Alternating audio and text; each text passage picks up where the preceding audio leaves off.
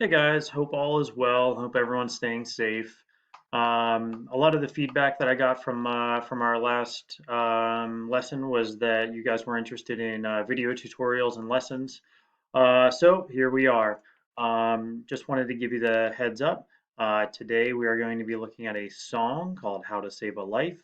A fairly popular song. You may have heard it. It's been on a lot of different TV shows. But either way.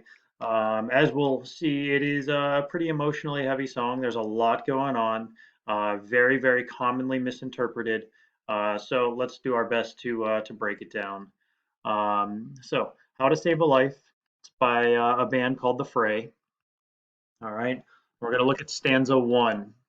Okay, so we're immediately introduced to a situation. It says, step one, you say we need to talk. He walks, you say, sit down, it's just a talk. So, if you may have noticed, our song, How to Save a Life, begins with step one. So, we're given almost this instruction manual of how we're going to go about saving a life. And we're introduced to a situation where we are sitting down. Notice the author makes you part of the song here. You are a character. This involves you. Again, because our speaker is telling us what we're supposed to be doing.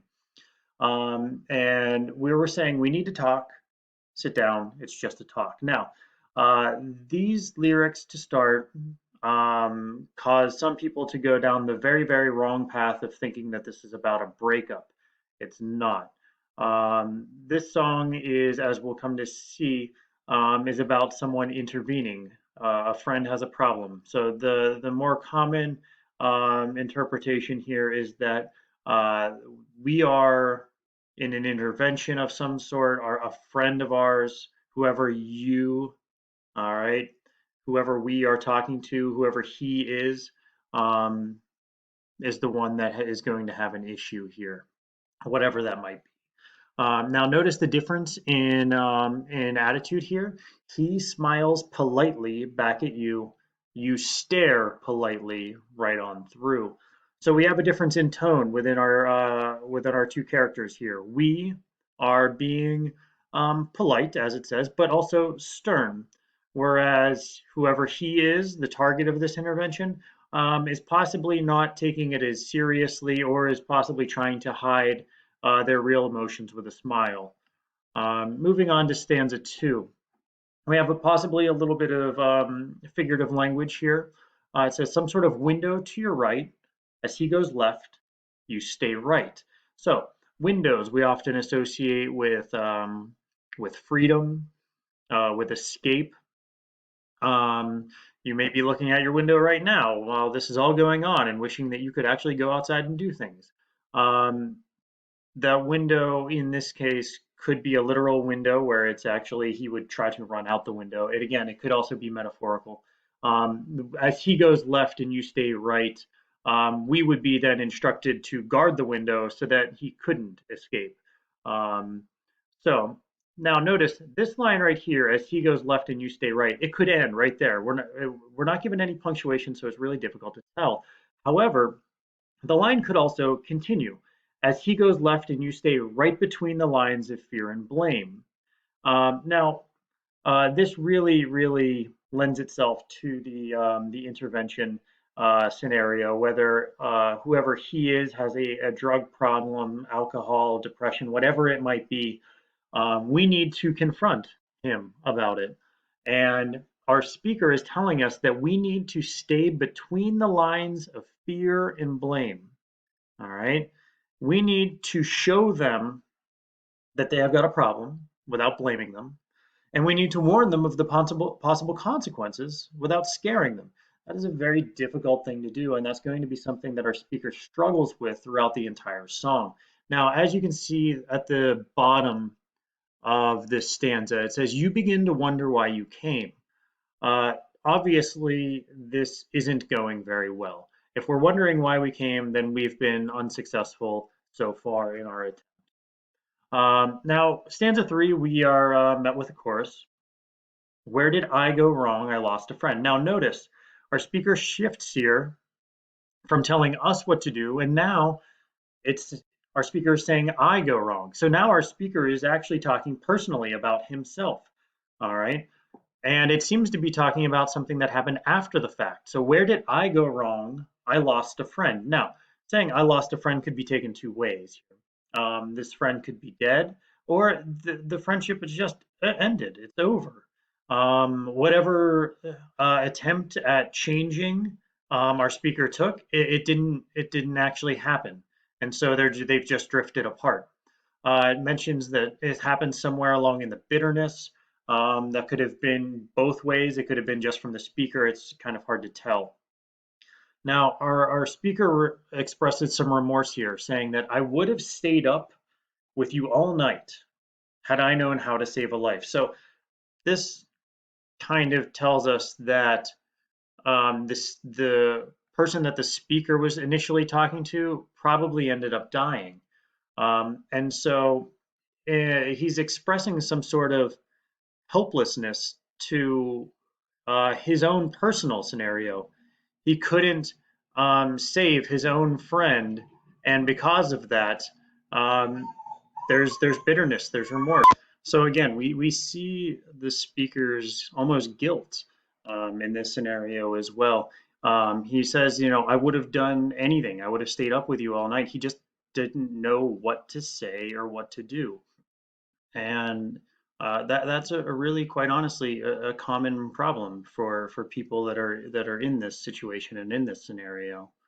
Moving on to stanza 4, he says, "Let him know that you know best, because after all, you do know best." And so again, he's coming back to advice for us for what we need to do. Okay, and he's saying, let him know that you know best. You know, because in this scenario we would know best if we're talking to a friend, a loved one, whoever it might be, and there is a drug problem, an alcohol problem, whatever it might be. We would be the voice of reason here. We would be the person that actually knows what we're talking about. And again, he goes back to this idea that we need to try to slip past his defense without granting innocence. So again, we need to let this person know that they aren't necessarily, in the right here. Um, but again, going back to his previous point, we need to be wary about just blaming them and scaring them. And again, I had mentioned earlier that this seems to be one of the speaker's real trouble, and it continues on into stanza 4. All right, he continues to tell us again what to do. Remember, these are all commands. Lay down a list of what is wrong, the things you've told him all along. And he says, and pray to God he hears you, because again, our speaker is recognizing that our situation is dire, and it could go very wrong. And now he even references, notice he's saying I. All right, he's even looking past, he's saying I am praying to God for you as well, that it works. We know that this would probably be the case, that he cares so much about us. He's so invested in us because his attempt didn't go well. It didn't succeed. All right, and then we're going back to the chorus, and again, we're reinforced the idea that he feels guilt. Where did I go wrong? What did I do wrong? How did I let this happen? And now that's it's unfair, but it's realistic. It's how we feel about ourselves when we fail, even if it's not entirely our fault.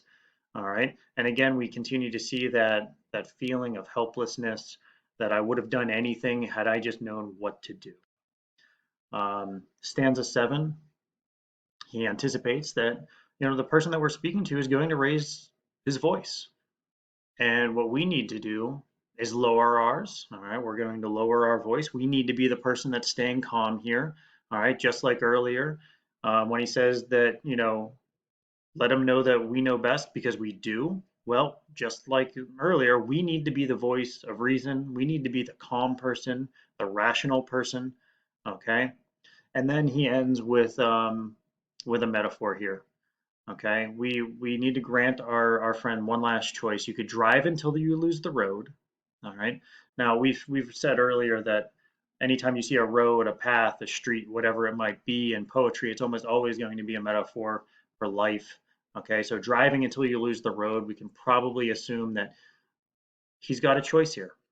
He can keep doing what he's going to, what he has been doing, and if he does, he'll probably die. Or he can break with the ones that he's followed. He can detach himself. He can get away from everything. And if he does that, then maybe he will be successful. All right. And those are the two options. He's either going to admit to everything. All right. And that's obviously the scenario that we're looking for, that we are hoping for. Or he's going to say that he's just not the same. And if that's what happens, we are going to then begin to wonder why we came. So our attempt would be unsuccessful at that point.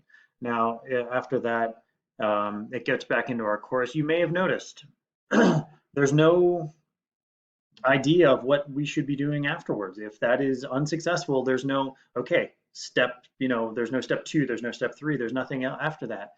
And the kind of harsh reality of this song is that it's probably because our speaker doesn't know what to do next.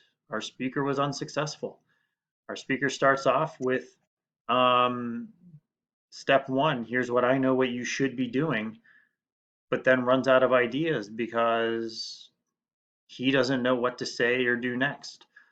Um, Now, this song um, was inspired because one of the artists of this song, they spent some time at a center for troubled youth, and he was constantly trying to reach this kid who, and we're not really necessarily sure whether they were struggling with drugs, alcohol, depression, whatever it might be. Um, he was trying and trying and trying, but just couldn't get through to him. And that kid eventually ended up dying, and this song was kind of written in response to it. This feeling of helplessness that he had, and this idea that he wanted to help us, but also kind of doesn't know how entirely to. And so we're kind of left with this um, kind of bleak feeling that, no matter what we try, it might fail. Um, but that being said, does continue to reference the point. Like I would have said, it's important to keep that point as well, that we are willing to do everything and that you need to be willing to do whatever it takes in order to, in this case, to potentially save a life for someone who is struggling. So guys, sorry to possibly, ruin your day, but a very emotionally heavy song, a very loaded song, a deep and interesting song though too. So I do hope that you enjoyed it. As always, guys, if you have any questions, please reach out. Please send me an email. I hope that you're staying safe. Other than that, have a good one, guys. Enjoy the rest of your day.